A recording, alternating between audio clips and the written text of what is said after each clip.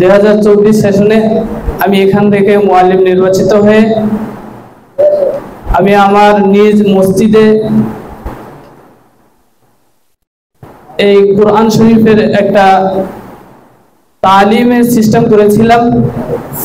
পরবর্তীতে মসজিদ পুনরায় সংস্করণ করার উদ্দেশ্যে মসজিদ কমিটি মসজিদকে ভেঙে ফেলে।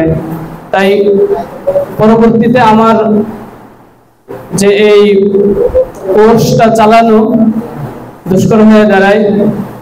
পরবর্তীতে আমি অন্য একটা মসজিদে চিন্তা ফিকির করি যে কিভাবে এই নিজ পদ্ধতিতে কোরআন শিক্ষা বোর্ডের মুআল্লিম হয়ে আমি কিভাবে এই বোর্ডটা চালাতে পারি।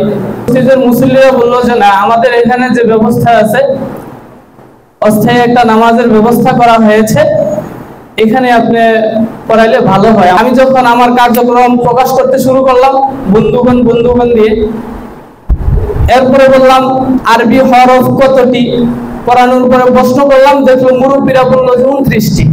তারপরে বললাম নুক্তাওয়ালা নুক্তা ছাড়া, এগুলো পরে বললাম কতটি একই পদ্ধতিতে। তখন তারা তাদের মুখ থেকে আপন অবস্থায় বেরিয়ে আসলো যে নুক্তাওয়ালা এতগুলো, নুক্তা ছাড়া এতগুলো। পরবর্তীতে উলামায়ে কেরামকে আমার মুখে জবাব দিতে হয় নাই যে এরা পারবে কিনা। পরবর্তীতে উলামায়ে কেরাম গুলো বললো যে বন্ধু শোনো, তুমি যে পথে আসো সামনে এগিয়ে যাও, ইনশাআল্লাহ আমরাও তোমার পাশে আছি। এর দ্বারা আমি বুঝতে পারলাম যে আমার প্রশ্নের জবাবটা মুখে না দিয়ে আমি যে বাস্তবে তাদেরকে দেখাইতে পারছি, এটা মনে তারা অনুধাবন করতে পারছে।